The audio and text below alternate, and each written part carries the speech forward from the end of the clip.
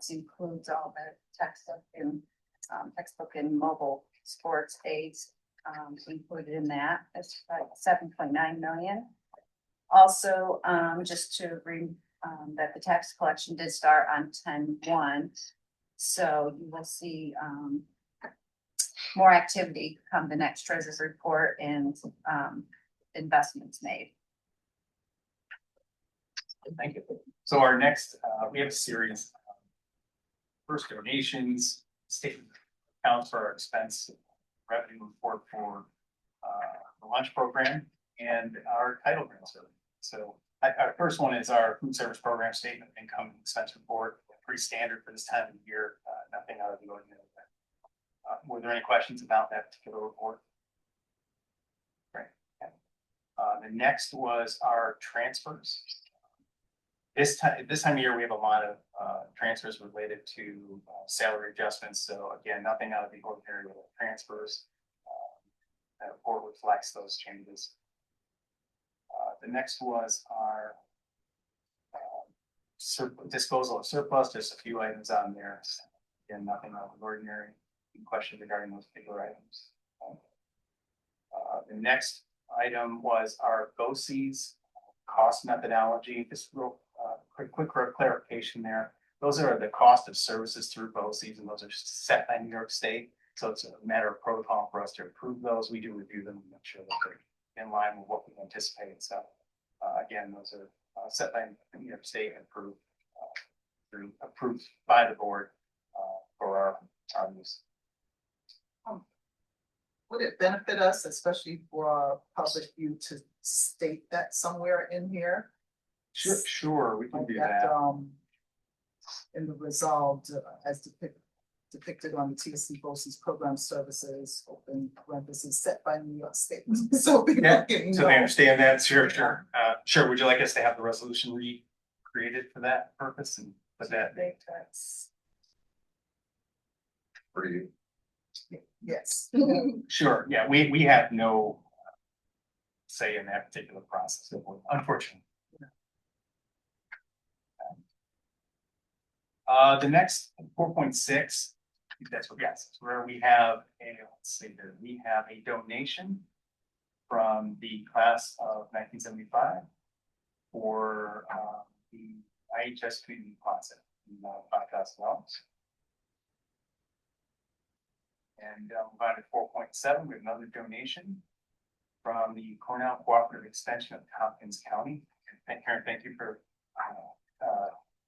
having us fix the there in the amount of $1,589.27. That's for to support the Enfield Edible and Equitable Farm School. And 4.8, we have the approved appropriation of non-budget revenue, which again is another donation for the public education, the IPEI, for $3,941. 4.9. These are the rest of them are our federal grants and state grants. These are our title grants, 4.9 through 4.1 essentially batch those together unless you have questions. They're pretty standard. There are federal and state grants that we receive every year, and this is a breakdown of how those are allocated. Okay. And that's it from us.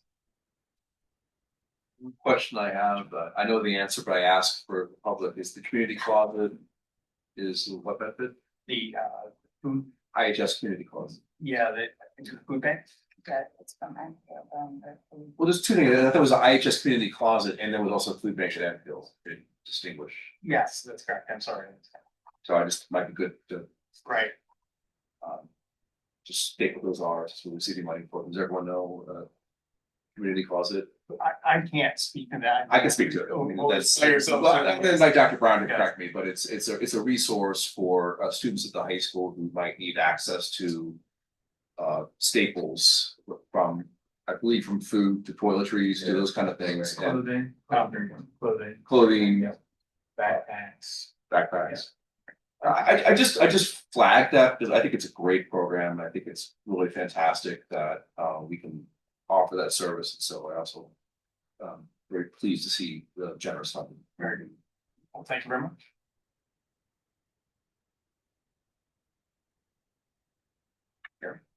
No place. Usually, also, usually I can. Yeah, we can thank Ithaca Public Education Initiative now, and then we'll thank them when we actually pass this. Pass For this. their continued donation Generation. to, ICSD. Very good, thank you. Yeah, acknowledgements to that, thank you very much. So, I think we now move to section 5. Thank you. So next up, we have probably the discussion that packed the house tonight, which is the bathroom and shower discussion.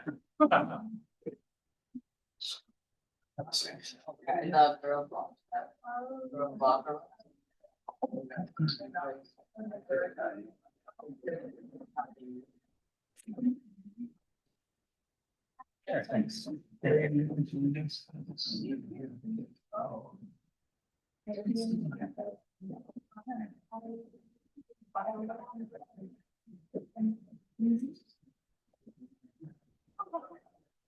So just, I'm gonna foreshadow, we have BJM bathrooms, IHS showers, construction update, capital project review, and other discussion items. And we have our athletic director and Dan Bryman and Chris. I'm gonna ask three gentlemen and a lady to introduce themselves and then go through the agenda items. Yeah. My name is Christopher Lewitz. I lead Tetra Tech Architects and Engineers project team for Ithaca and excited to talk about potential improvements tonight to your high school locker rooms and bathrooms and a couple other things. Thanks. My name is Carrie Burke and I oversee athletics and health services for the district. Dan Bryman, Assistant Superintendent Operations. And I'm Travis Randall. I'm the project manager for campus construction management, the Ithaca Schools construction management service. The floor is yours. All right. The first thing that we're going to talk about is bathrooms at VJM. I think that's on our agenda. So while we're working on the presentation, thank you. All right, here we are. There has been some discussion about just improvements that could be made to the multi-user bathrooms at BJM. So in coordination with ICSD, over the course of a few meetings, we've determined that we're going to sort of divide and conquer on an effort and use some of the capacity that ICSD has with their own staff, but also augment that because they can only do so much, augment that with Tetra Tech helping line up some other contractors to just help renovate a second bathroom. So the first floor bathroom in the location that's highlighted there, you can see that amongst the pool bar, is the one on the first floor that ICSD is working on. Sure. And that's ongoing. I don't know if you want to add. Yeah, I can talk update on a little bit about that. So right now we're working on it. We're testing a bathroom on the first floor, that's us, and then Tetra Tech is testing a bathroom on the second. On the first floor, we've already removed all the ceiling tiles, light fixtures. We're working with steam cleaning marble. It's a 100-year-old building, so there's very large slabs of marble in the bathroom. We're putting privacy strips in. We're doing that, and then we'll also be epoxying. So those are some of the things that we're doing. And then on the Tetra Tech side, Yeah. And so I'll back up for a second and I'll just say smell is the reason we're part of the reason we're doing this. Yeah. And some of the efforts that ICSD has done already suggest that some of those materials have absorbed some of that. You can ask Sean Ward about Sure, details about the that. ceiling tile, Yeah. it was, odorous, and we're figuring it out as we go in our investigation. Yeah, but initial feedback that, okay, we're doing the right things. Yeah. So the next bathroom is on the second floor. It's in a different location and it's in the highlighted area there on the second floor, a little bit further down the hall. that we're trying to replicate the same kind of efforts. A new epoxy-based floor right over the tile to encapsulate the grout that also can harbor things. And replace the ceilings and some somewhat kind of efforts. We'll see a scope of work a little bit later. And that we're lining up contractors. It's been a little bit of time to find people to do such a small amount of work. I was trying to figure out what the opposite of economy of scale. It's like the luxury of scale to get somebody to like place 5 toilet fixtures. So this is the scope of work here, which is, on the left, we see an existing picture of an existing situation there with the marble on the walls, which we're trying to salvage. They don't build them like this anymore, which is cool. Try to keep some of that original character and make improvements to help what is being operated as gender inclusive restrooms in this building. That's how these are operated, so they're not separated by gender. One of privacy is another issue. So with the older partitions, there, those we all know the gaps that, you see in a lot of toilet partitions. So one of the efforts that ICSD is doing is trying to, close those gaps. In the one that we're helping you organize, we see a toilet partition system on the right that comes closer to the ground and goes a little bit higher than the existing ones. It doesn't go all the way up to the ceiling, but the goal of improving privacy and limiting sight lines with this type of system are a couple of the goals that we talked about as well. So we're lining up, getting quotes from that, and we should very soon be able to start sending them over to you to, engage with those individual contractors and get that work done over the winter timeframe. Okay.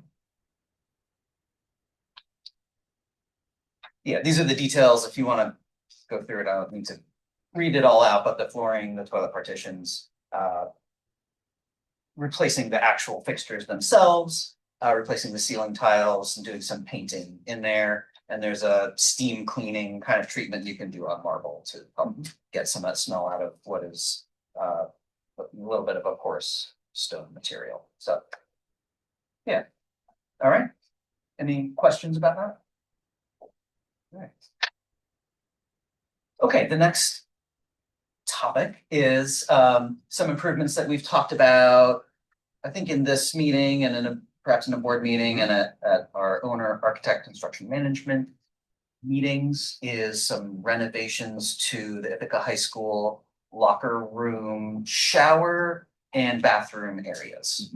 So we're not talking about the locker areas as part of this. We should also add, we're talking about the shower and bathroom on the side, so. Yes, yeah. Like Thanks. community, just. Yeah, there are 3 there. Thanks for pointing that out. There are 3 locations. There's, the natatorium is in the sort of the middle of those green and yellow areas. And to screen left of that is the boys' locker room area. The green highlighted area are currently shower and drying room areas. The yellow highlighted area is currently the bathroom, like the toilet area. So we're recommending renovations to those highlighted areas. There's it's a different arrangement of spaces, but similar facilities on the right-hand side of the screen, which is for the girls' side of team rooms and locker rooms. And then near the top of the screen, that's a smaller green L-shaped area with the smaller gold area. That is like a community entrance to the natatorium as well, that also or is proposed to be renovated to do a couple things. There are a couple of goals of this work. There is a condition of your piping. We're gonna get a little technical, but the sanitary lines, which are the lines that when you flush a toilet, it goes through a sanitary line. There are different plumbing lines that are called storm sewer lines. The roof drain leaders go into that stuff, all right? And they're separate. You have different sets of pipes, as it should be in modern design. You might hear in the news a term called combined sewer overflow. Sounds kind of messy, but like when a hurricane happens and municipalities have those things combined, you can imagine sort of what happens when a lot of stormwater overwhelms the system, and now you're mixing that with effluent and it's going everywhere. That's the condition that we've discovered in some of the piping at Ithaca High School. And so we're gonna disconnect that. And it's a relatively straightforward piping change that we can do to improve what is a very rare situation, but has been observed in Ithaca High School of that happening. So that's one of the needs that initiated this project. Okay. A question. Yeah. All right, so this is all like the green area surrounding the pool. That's right. And because I see next to it, the North Gym, Central Gym, South Gym, that's the large gym. Yes. That's correct. That's List Gym. Gym. That's right. All right, so we had the pool renovated Yeah. about 2 years ago. Yes. Yes. None of this was found out at that time, or did the renovation somewhat impact this in any which way, or? Work in these areas has been discussed for as long as I've been working with ICSD, since 2019. And it's been on facility condition evaluations to do, and in fact was earmarked in the 2023 bond referendum as well, to do much more significant renovations in this larger area as well. So it's a lot of the things that we're talking about have been known, they've been discussed. They haven't, obviously it was part of the referendum that wasn't successful. So now we're bringing it up as a high need again. I would also add some of the drainage issues really brought this at the forefront for us. As early as the spring, Chris and I and others were examining this issue in the boys' locker room, but also significant drainage issues in the girls' locker room as well. So that also brought it up. Mhm. Yeah, there was a spring rain event that also, yeah. Correct. That's, yeah. So that's a notation that we should definitely put here at times that, because I'm asking this as if it's a new question, but as you stated, it has been an existing problem. And for the community to always remember that when you broke down things, this is the impact it could have on us. So even to just give some historical information that this was part of the 2023 referendum. And it's for notation wise. Yeah, whereas, this is, and the facilities as part of this organization, we sometimes forget that we have to continually maintain our facilities and maintain our infrastructure, especially the age of the buildings that we have. Yeah, this was built in 1960, and we're looking at it at original construction, some 85 years later. 65 years later, sorry. You suggested we should consider capital campaigns? Oh, yeah, that's a good Okay, idea. a good idea. That's all right. So a couple of the other conditions, so these are just some shots inside a couple of these rooms. A couple of the other needs, accessibility and ADA access. So we see a lot of curbs, and obviously in 1960, that was before the ADA, the Americans with Disabilities Act was passed, and requirements were put into place for design of buildings, right? So a lot of what we do is going back and bringing things up to the current code and current standards and current expectations. That's for accessibility, but also for privacy. We see in the center there and on the lower right, obviously there's open shower rooms that are currently being used for different things, being used for storage. And on the lower right, we see some of the shower stalls. There are 5 stalls on the girls' side. There is 1 stall on the boys' side that has some level of privacy, and curtains aside. Privacy is another thing that can be improved, and health and safety as well. Just encouraging cleanliness. There are students that rely on this, and you can We will, add some more on this. the only thing I would add about privacy, and we've heard from some students that if there was more privacy, then the showers would be utilized more. Yes. So that is a request we've heard from anecdotally from a number of students. Yeah. Maybe I could just Also- chime in here. I yeah. think, Todd boxed the tour. Yeah, I provided Todd a tour, about a week and a half ago now. Yeah.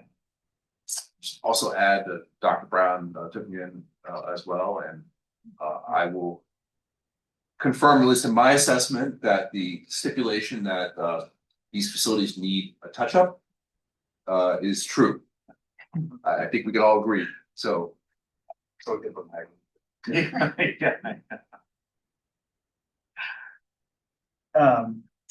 Yes, so, yeah, I'll just finish on health and safety and then, Carrie might be able to add some more details about the use cases and the Okay. needs for shower facilities at a high school. You can see the deteriorated state of some of the tile in various locations, and that can create sharp edges and things like that as well. There's a couple locations where the bottom of a steel door frame is kind of like out there and bare feet. So that you can go around and you can see some situations that would be good to resolve. I'll finish with a code requirement for New York State plumbing code requires at a public pool, which this would be considered. You need a minimum at each entrance to the natatorium. The natatorium is the room within which the pool sits. At each entrance, you need 2 showers. So that's a minimum code requirement. We'll talk about the desire for some more showers than that. Thank you. Yeah, I'm really pleased that we're talking about this particular topic, this area, because I think there is a real opportunity for us to maximize our use of the space, and there's a need.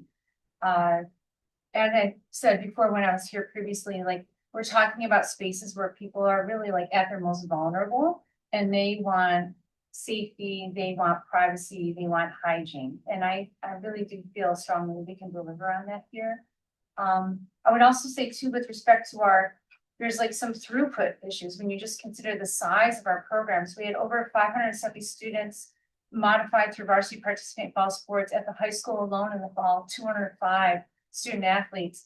In the fall and then spring, we have some of our biggest sports. We're talking about cross country, we're talking about outdoor track, we're talking about football, we're talking about 2 soccer teams. Now, not all of them are necessarily accessing the locker rooms immediately after school because we do stagger use to some degree, but even so, I mean, for this past fall, you're talking about just JV and varsity, so not modified because they're often not on this campus, although some teams are, 165 boys, 164 girls, potentially trying to access in the gross space 5 bathrooms, and then the boys side, I believe it was I think it's 2 4 on the girls, 5 on the boys. yeah, 5 on the boys.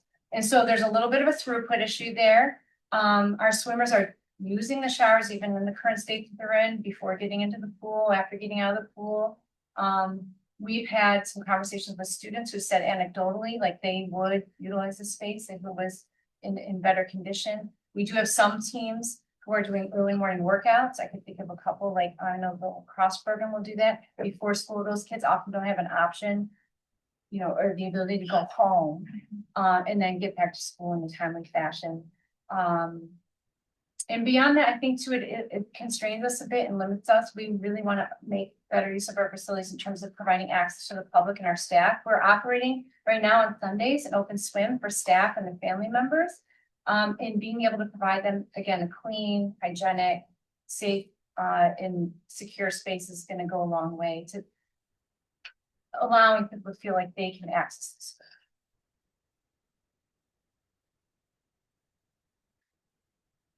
Are there any questions about, we'll get to our more specific recommendation with some costs, we can review that. We're gonna certainly talk about bathrooms too. Yeah, so bathrooms, thank you, similar issues in terms of accessibility, so the existing bathroom, the toilet stalls aren't big enough, for example, for a code compliant ADA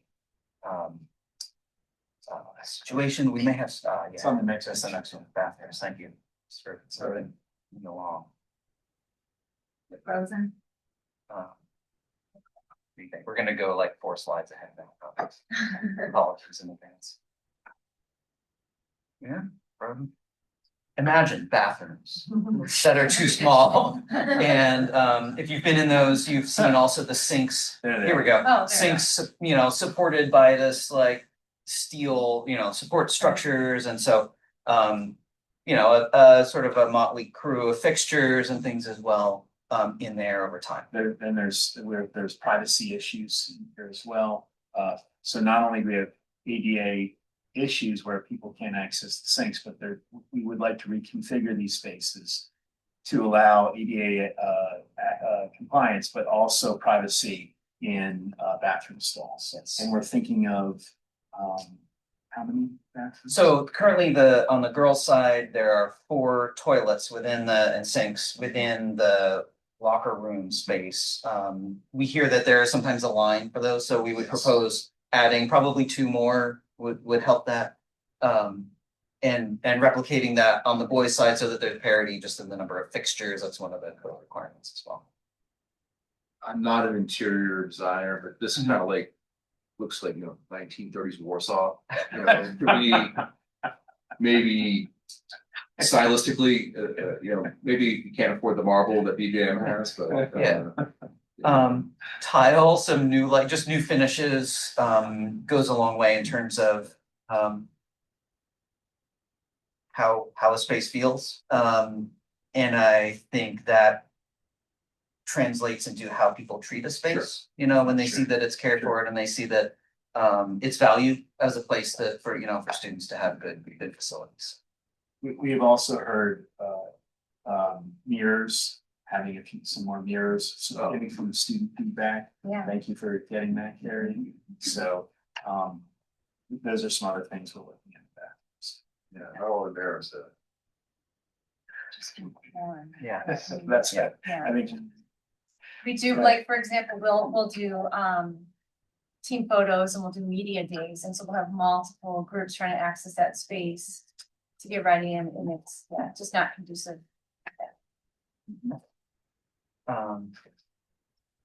Yes. All right. So any other questions on that before we transition to Travis's construction update? Well, yeah, I just, Karen first, I just want to comment, double down, the athletic director and all of you. This is your program, the needs. I just like, this is something that should be, looking to you to kind of get this the way that you need it for your program. And I would just double down and say that the notion of providing multiple groups access to this facility is one that you are, I think, rightfully so, putting a priority on. We have student athletes, we have staff who, I remind us, our staff are self-insured, so anything we can do to improve their health is not only to the benefit of the staff welfare, but also the benefit of the bottom line. So that is an important group to open this up to staff. The public pays the taxes that pay for all this. The public should have as much access as possible. And then lastly, we have students that may, for whatever reason, have limited access to shower facilities at home, and it'd be great if we could make this resource available to them as well. So I just want to double down and endorse your idea of doing this in a way that serves the needs of all those groups. So thank you. But I really would say that the public should have as much access as they want to. Was I saying 1, 2? I think as much access as reasonably allowable. Thank you. I didn't mean to say doors open to everybody, but the notion of making the pool available to the public in a way that doesn't interfere with our program, I think is a noble one. Carrie has done a great job of opening it to the public. You want to share a little bit about that? Well, yeah, so I mentioned the staff open swim on Sundays. We're approving other activities, adult volleyball on Sunday evenings, which many of our staff are going to be participating in. We're supporting and hosting a youth basketball program on Saturdays in December for the littlest students. So we are inviting their caregivers and their children into these spaces as well. We also are looking to provide access to a group that does water polo. And as part of that discussion, they will be providing clinics for youth to learn water polo in our pool. So I think again, we have wonderful, excellent facilities, and we think that there's a benefit for not just the student athletes, but the broader student population, our staff and the community. Thank you. Here you go. All right. Okay, so, again, Travis Randall, project manager, kind of overseeing the 2019 capital ref project. So I just have a couple slides here, really, just to show the I want to focus in on the active construction that we have going on right now, which is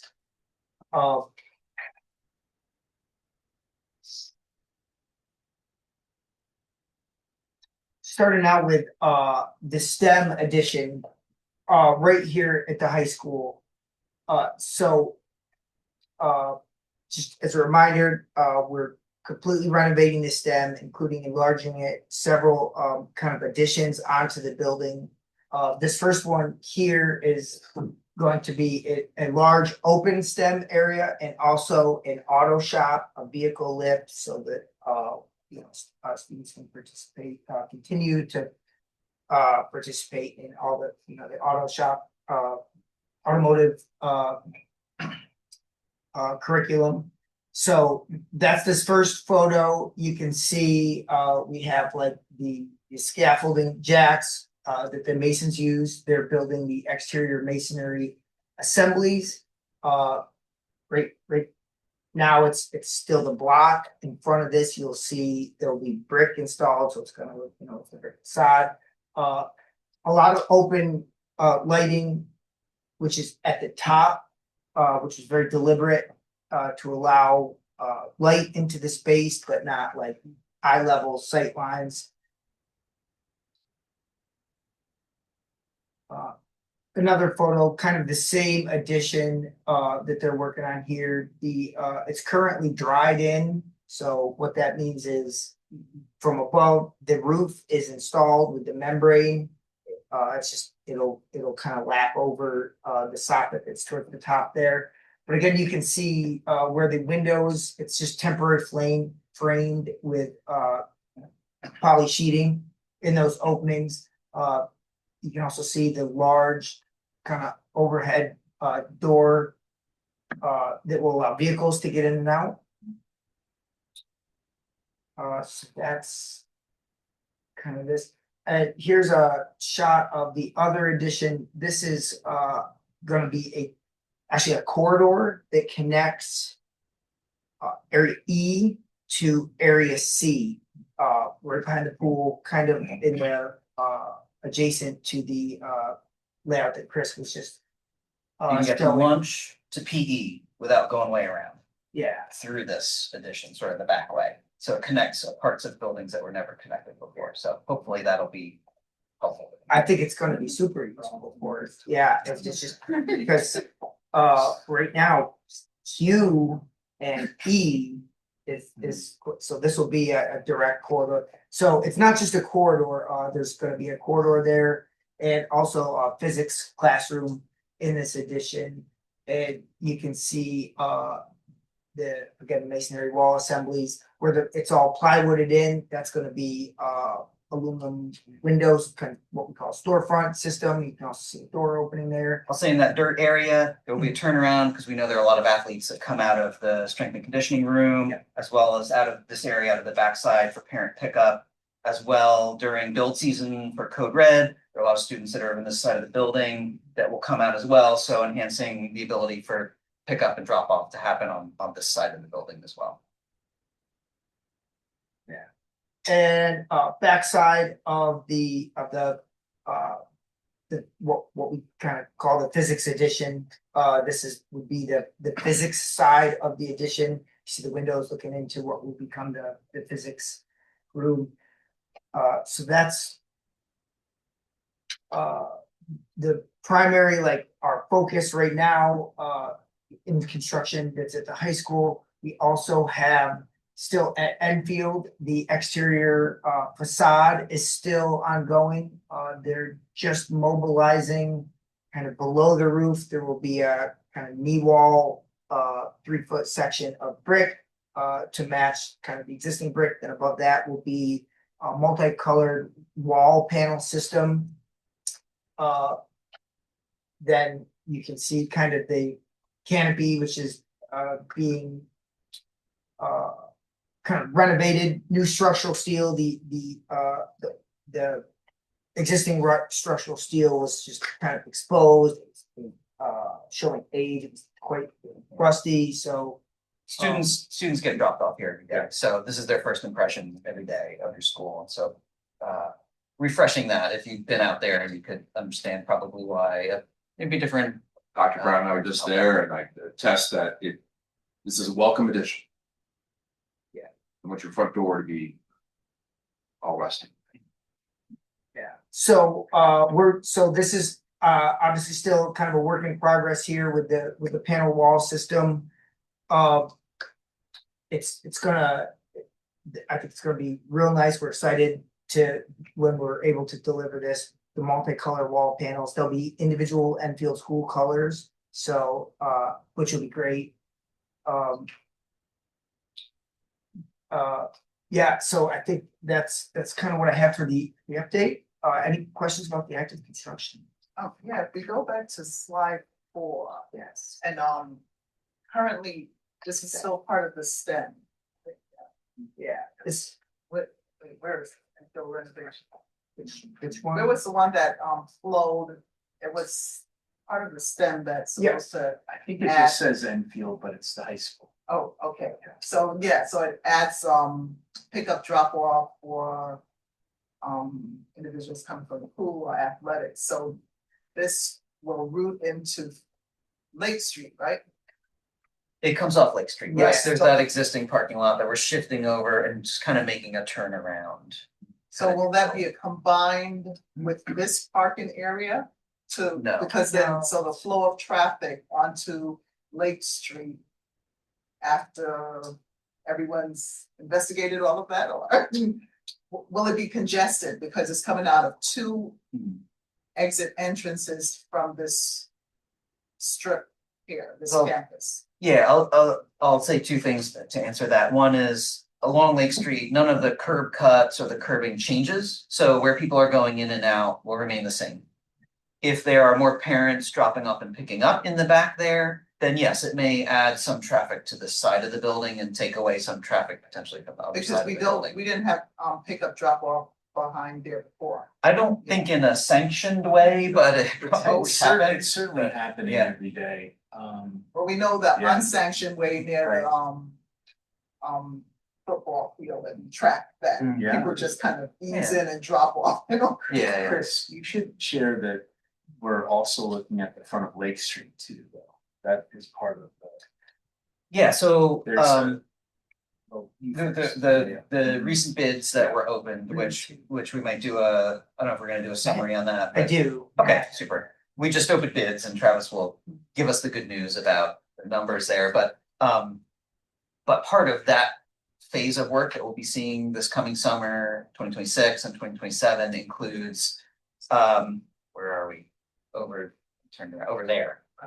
Between Lake Street and this building, that whole parking lot area is being renovated and reconfigured. Again, traffic. for traffic flow, bus flow, safety, the points that it meets Lake Street won't change, but the in-out directions will change a little bit as well. So hopefully that will help also allow buses to come in, for example, and then other folks to safely pass that bus with an island or separation in between to get to the parking. So hopefully some flow will be helped as well during pickup and drop off times.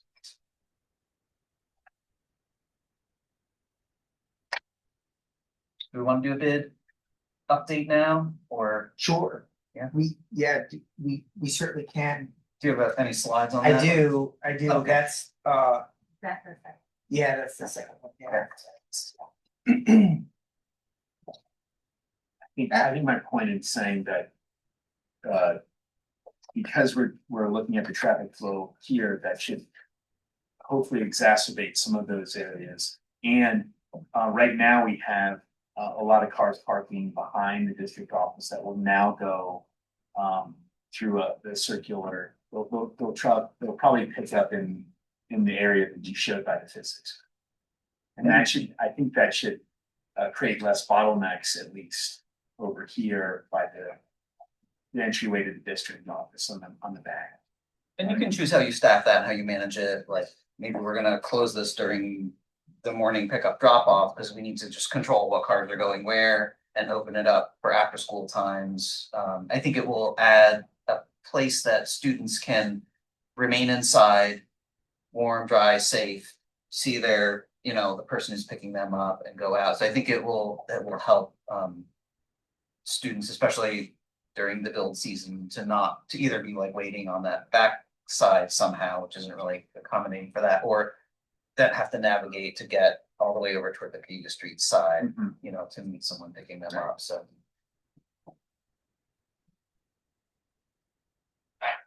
Okay, go for it.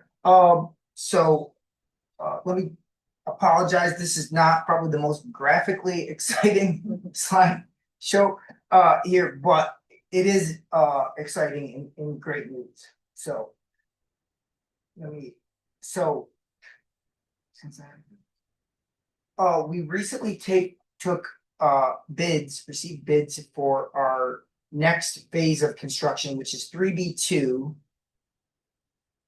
And so just to kind of recap what 3B2 is real quick. So it's remaining HVAC replacements here at the high school, a bunch of the terminal end equipment.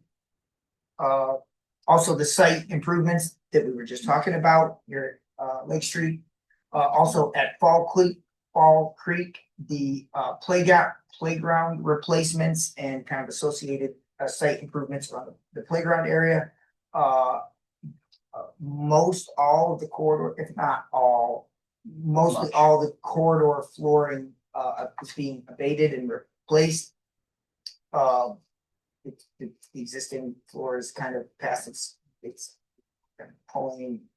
So there's that. There's also cafeteria lighting improvements there, which is just a kind of quick, easy lighting replacement. Ceiling lights. Yeah, some pretty basic work. They're not like a major renovation or anything.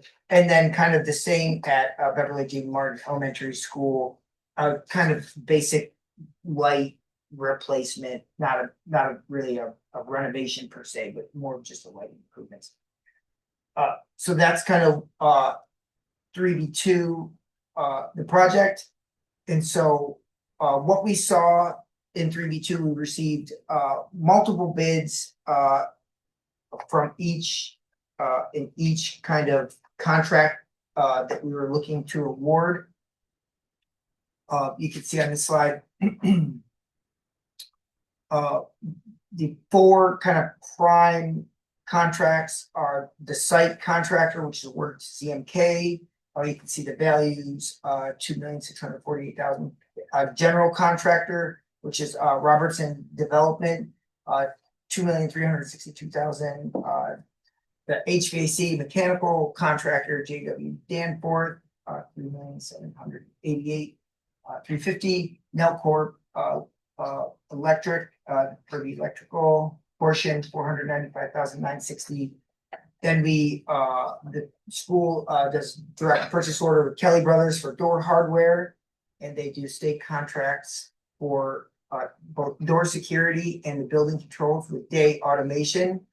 We received their RFPs with the prices there, and also we have a yet to be awarded contract for playground equipment with a vendor, Parkitects. We're still working on nailing down the details of exactly kind of just the details of the equipment and that will affect the price slightly. So this total value that was awarded and passed by the board this past Tuesday, $10,146,831. Each one of these contracts came in below our estimates slightly, which in total was which is exactly what we want. just to be clear, they do a good job of like estimating and trying to not be like the lowest bid, make sure that we have a good bid, because we never know what's gonna happen. And so hopefully we can shave a little bit off that. Yeah, our campus bid estimates, they're intended to be the realistic bid. They're not tailored to be there. So when we come in below those, that shows excellent participation, and that we've got, good values, for the district. Could I back up and could you go back to that slide? Just want to point out one thing. The general, mechanical, HVAC, and electrical are required bids for New York State. Public school district has to do public bids for this work. So those are required. Typically, there's plumbing contractor in there as well. We happen to not have plumbing scope in this project. The site contractor we've talked about, that's not required by New York State, but often it makes a lot of sense if you can see the size of the contract. There are advantages to breaking that out separately. And then those four on the right are sort of more elective. What that allows the district is more control over what you're getting. You have your staff has specific, there are reasons why we want Kelly Brothers to be able to provide best door hardware, because that's the brand of the keys. There are details, and Day Automation has a lot of equipment already in your building, so that's why some of those are done in a slightly different way to make sure you're getting what works best with your existing systems. So just wanted to say that, and yeah, we'll talk about like the total number and where we are. That is why we rely on you. Yeah, we talk about like how we're going to bid this, how we're going to procure it, and what options we have. Yeah, quite a bit of strategy goes into it, timing the market, how we break it up, the phasing. There's a lot that, yeah. So just going back to that slide, so the Yes. playground one, we didn't receive a bid as of yet. right, we're currently finalizing the details of that. So we're anticipating that with before the end of the year, well in advance, so we'll be able to be awarded material, the materials ordered, and that playground is scheduled to be in place this summer. So there are no results for that. Why is it on the sheet? And it was not part of the vote that we had on Tuesday. That's correct. I kind of included it here. That will be a contract that will be awarded for into phase 3B2. So I kind of just put it Since it there. was originally part of this. Yes, Okay. it's It's still part of it, and but it's at a different stage because it's not a result yet. So if we're putting it on here, should we put an asterisk and annotation that we don't have the results of this bid as of. It's coming soon, yes. He doesn't have asterisks. No. yeah, which is So it's not part of this. I'll say we have gotten some preliminary quotes from architects, so we have some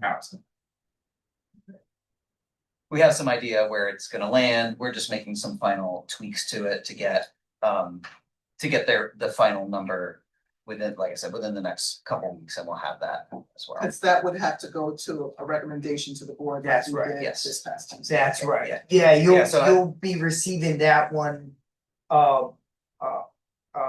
Hopefully, I'll have to look at before the voting meeting in December. Yeah, so I apologize for the little bit of a piecemeal aspect to that. And to that point, so you'll see the number there, the 10,146,831 is kind of the court. That's the value of the combined that has been awarded. Now, the next slide, 3B2, kind of the little red in parentheses, including playground estimate. You can see the difference in the number there. This is 10,521,831. So that includes our estimate for the playground equipment, which is, again, that number is gonna shift, that's not an exact, but it's we have it it's pretty dialed. So we're comfortable sharing a number that's gonna be similar to this. So this next slide talks about kind of future planning. kind of ties into, we're talking about, possible future phases, high school, or, you know, the restrooms, whatnot. So this, this phase 3B.2, we're estimating 10,521,000. The middle school electrical upgrades, which has not gone to bid yet, so this is still an estimate. This is the campus estimate that we are using for our planning tool, is just under, a little under 2 million, as you can see. And so I don't have included here the entirety of our financial summary, just kind of a couple highlighted bullets. What that leaves, that we reported last OACM, is a remaining unallocated for construction of 2,235,000. And Travis, and that's what we're using some of those monies for the shower rooms and Exactly. and oh, I forgot to also add, maybe we didn't share this, we also have the bleachers included in that as well. So maybe just let that point, dumb that down a little bit for me. So we had about 2.2 million left over. We didn't anticipate Yes, allowing us to renovate the showers and the bleachers. yes, Right. that's it. Yeah. Thank you. And as an additional point of clarification, the unallocated for construction. So there's actually more available that's for that we kind of earmark for contingency and incidentals. So the entire, you know, the whole cost of the project isn't just construction. There's all, you know, all the other associated fees as well. So those would be in addition to this. So really good news, that unallocated number is rising as we get more certainty. We feel comfortable releasing some of the conservative estimates and saying, okay, this is money, a capacity for bonding. Because we're talking about capacity that the voters approved. Right. You have a little more capacity than we thought we would have, that we can do more work with. And the last slide I'd like to finish with is we can go back and lots of clicking for the Southwest here. Turn it off.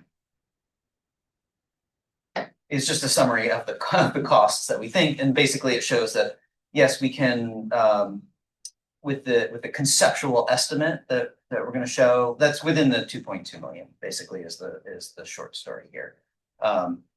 So you have, I think we've talked about the need. We've talked about a little bit about how we would go about it. We feel confident that the construction value, that 1.8 million, which is a very conceptual estimate just based on a square footage cost at this point, is something within the amount of funding capacity that you have left, that 2.2. 1.8 is less than 2.2. So Again, just on the idea of dumbing down, when you mean capacity, what you're saying is that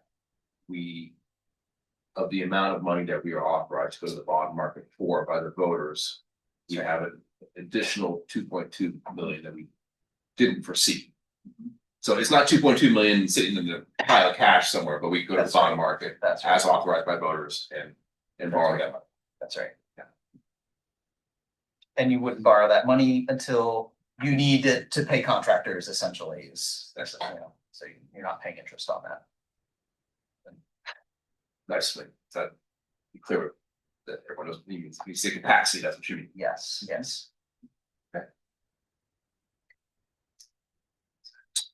Well, yeah, I don't know the specifics, but generally when costs come out lower than anticipated, it often means that there's been a lot of hard work in drafting the RFPs and contacting potential vendors and trying to get a lot of bids in. And I'm an economist, and generally the more competition, the better the terms. So thank you. I suspect there's a lot of hard work in trying to get a lot of competition, so we get low priced bids, so we can do more with less for students. Thank you. Thanks. So I guess my final question for you is, if this meets with your approval, is the next step to bring it to the full board, and would you like to have another discussion at the full board meeting to potentially approve, moving forward more formally with this work. Oh, so we would need a resolution to move this forward, Not necessarily, because we already had with a vote, right? yes, yeah, the voters did approve that spending capacity that this falls within. It's sort of up to you how you wanna, proceed in terms of giving us direction. So we can talk about that. We wouldn't want to put the spending question to the board. Right, Full we need a board. vote from the board to say yes. Yeah. Proceed with this. We could maybe prepare maybe a summary slide Sure, of this sure. and invite board members who want details that they can watch the recording of this meeting. Yeah. And maybe just distill it down to one slide for general meeting and direct our colleagues to watch the tape for details. Right. Yeah. If that's okay with you, Karen, I think that's what I'd recommend. Do we wanna talk more about The that? bleachers, I think we've already brought to the board, right? So I think it would just be the, But did we do a final agreement? probably not. So the scope of work, I apologize, I didn't Yeah. talk about it more here. The shower room and bathroom, work combined with the bleachers. Yeah. Is that $1.8 million estimate Right, at this point? So I just want to clarify that the bleachers would be included in what we're recommending this project include. Well, let's double check where we are on the authorizations, but I believe the full board should Makes sense. approve the expenditures, so. A one pager. Okay, we can do that at the next board meeting, for sure. Thanks. Okay, well, that actually leads us into. Well, thank you. Leads us into item 6. I would say just double checking where we are with the full board on that would be an action item. that we're action action items yet to move this to the board. Double check them. Yes, I'll take, I'll make sure that it's done, and Thank you. thank you. Karen, do you have agenda items for the next meeting? We started coming up with an amount for spring. We have not. I think we should. Yeah, as well as, we're in the process of talking, since we stated that we are around budgeting. We're in the process of conversation. Okay. Well, I will work with Dr. Lisi and try to get that. I think that next month would be time to get that discussion going. I think.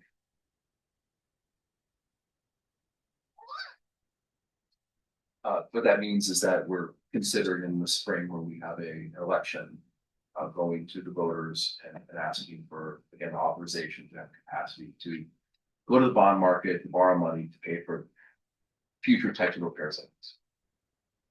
Okay. All right, so, Karen, if there's nothing else, we will adjourn. Yes, that sounds good.